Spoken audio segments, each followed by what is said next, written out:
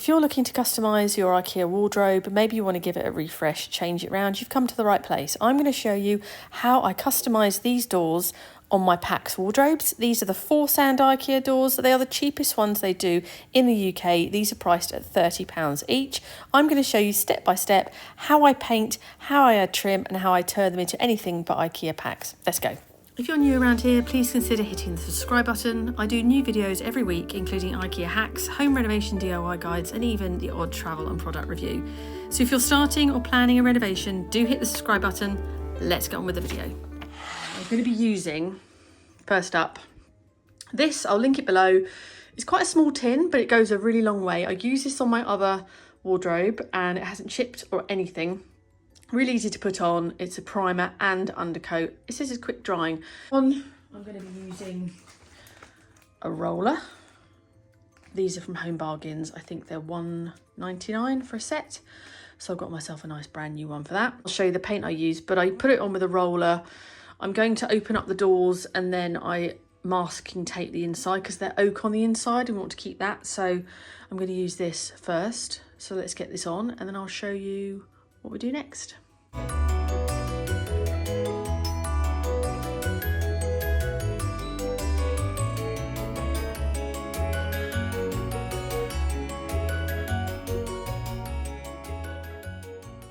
Okay, all primed, all done. It does go on a little bit odd.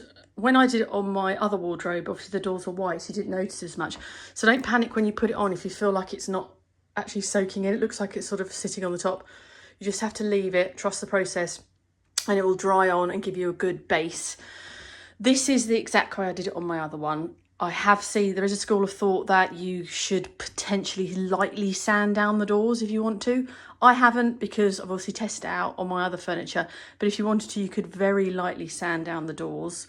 Obviously not too hard because they are just veneered, but or just covered with a coating, but you could if you wanted to, but I don't personally think you need to with this primer. I think it sticks really well and it gives you a really good base for your paint. This is the paint I'm going to be using, which is Dulux Satin Wood Mid Sheen Pure Brilliant White, and this is for wood and metal.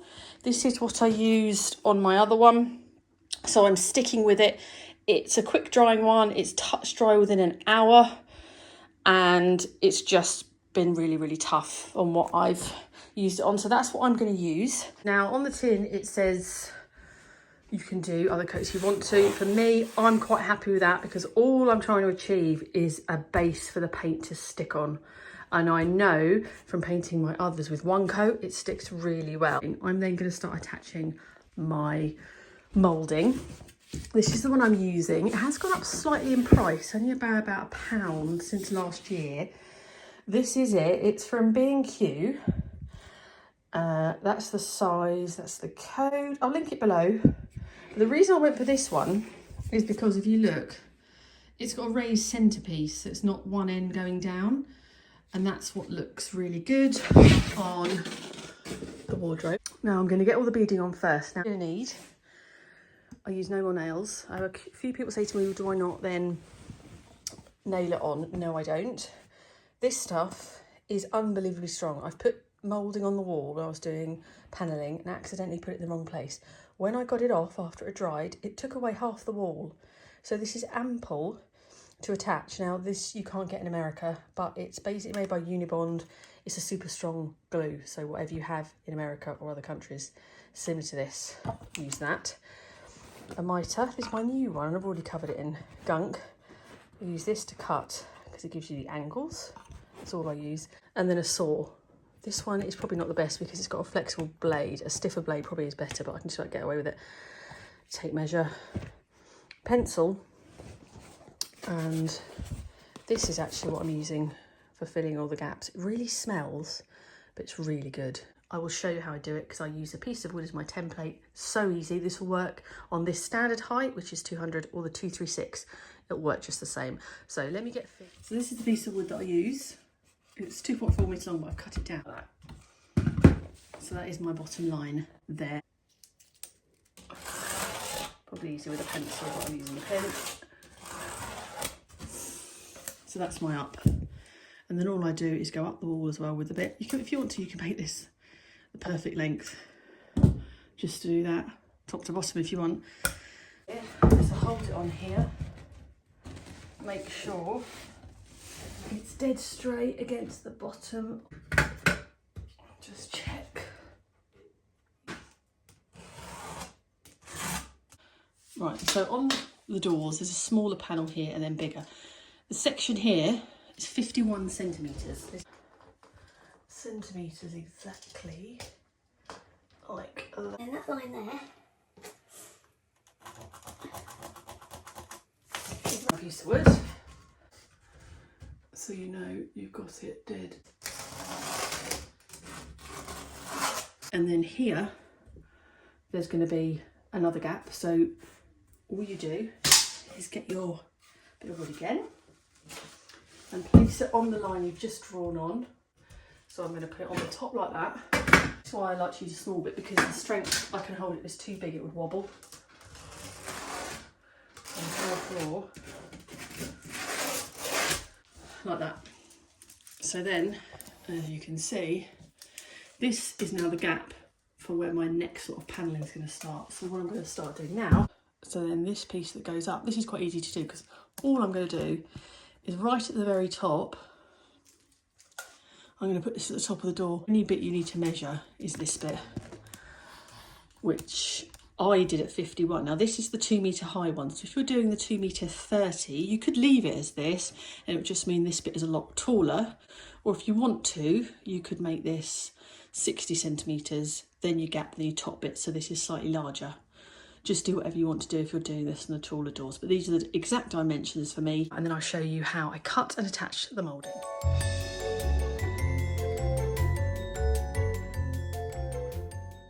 It out. Can't really see it as clearly on the screen, but I can see here that I have been round, measured all of it, all the side and the tops, so it's all laid out. So then what I do, using my design sheets, I will add a link below to my design sheets, because I've been using these throughout the project. I'm using the dotty paper here, it comes in a pack, and then you can, if you prefer using the squares, you can measure. And then I have the big cubes, I have a description of things you need to buy. So this is where I keep a record of everything I'm doing, like designing the base and the squares. This is things to buy. This is how you can plan if you want paints and stuff. There's a whole collection.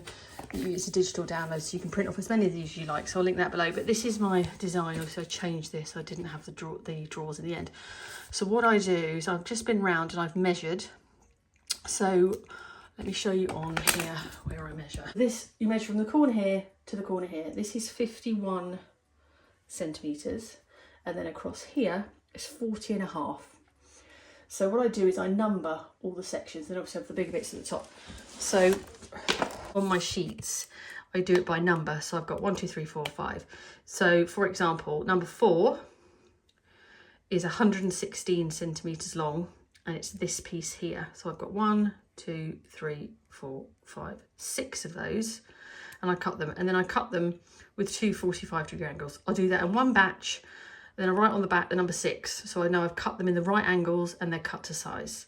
What I will also do is work out how many of the wooden bits I've got to make sure I'm not having any wastage, because they're quite expensive. So I'll cut those first. Then, for example, we've got number 5, which is 40.5. It's got a straight edge here and a point, so that's going to go here because this is a point here. So I have a 5 there, a 5 there, and a 5 there. So I know to cut 40.5 centimetres with a dead straight bit, and then the angle is that side, and then I'll mark that as number 5, and then I'm done. Then I'll move on to the next one. So what I'll do is I'll cut some first, and I'll show you them all in piles of the numbers. I just think it makes it so much easier to do it in one go. You know you've got enough, they're all labelled, they're all the same length, and then it just makes it a lot easier when you're attaching them. So I'm going to get on with that now, and I'll show you how I get on.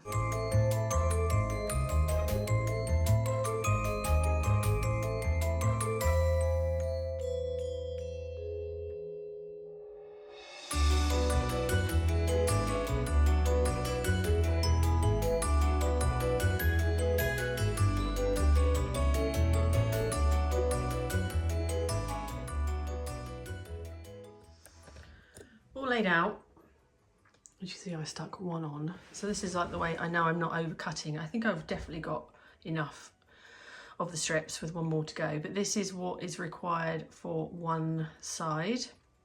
So I lay them out so I know that's my top, next one up, and the top panel, long bits for the top, and then the short bits. Your measurements are all right, they should fit perfectly, so let's get them on.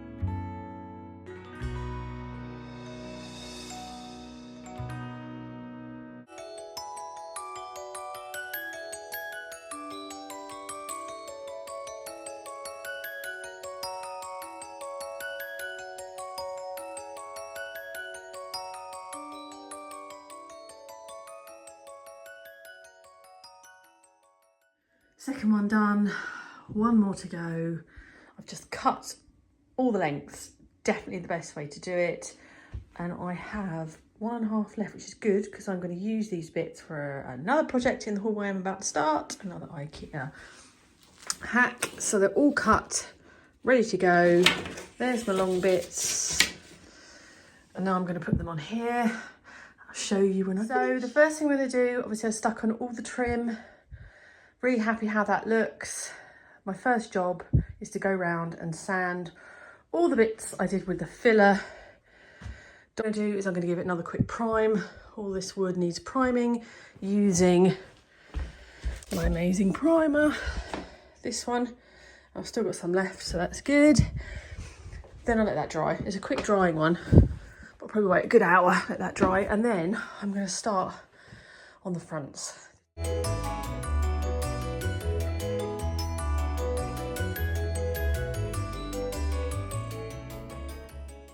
See you in 2 hours and I'll show you what I'm going to do. Right, I'm all primed. It's now 7 o'clock because it's quite late, but I am going to get a coat on tonight. So this is it for. I do like to leave it to dry a little bit before I put the paint on. So I'm going to start putting on the first. Now I'm going to use my paint. This is the one I used on my other wardrobe, which is the Dulux Quick Dry Satin in the Mid Sheen in pure brilliant white. And it is fantastic. It goes a long way. It's touch dry in an hour. It says it's non-drip. I think he's probably right, but I'm going to get a coat of that on. I'll show you what it looks like after one coat of this fantastic paint.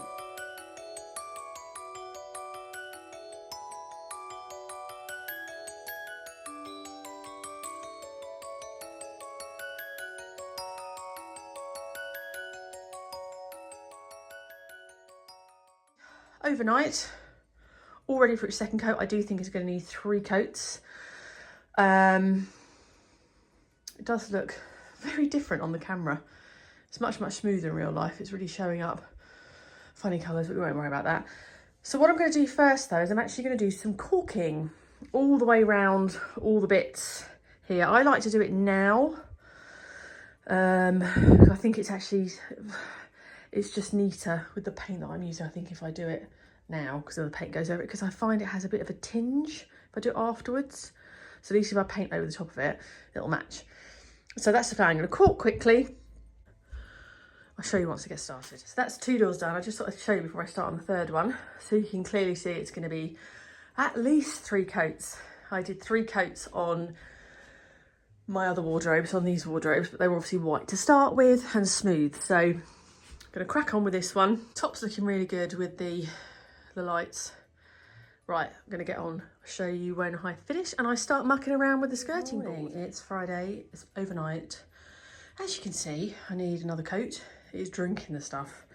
So I just got back from home base and picked up only a small tin of the quick dry satin wood. So I'm going to crack on now and hopefully, fingers crossed, this will be the last coat and then I can get the handles on and I'm finished.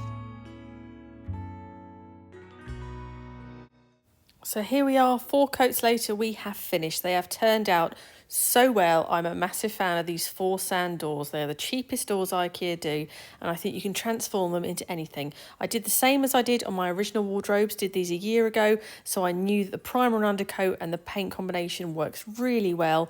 Great finish, doesn't chip, and looks fantastic. So if you're thinking about doing your own jazz up of your current PAX or starting a new one, do check out my channel. I've got loads of videos on IKEA PAXes, so do hit the subscribe button so you don't miss my new video video every single week. My new IKEA Billy secret bar is now up on my channel, as well as many others. So thanks again for watching. I hope you found it helpful, and I'll see you on the next video.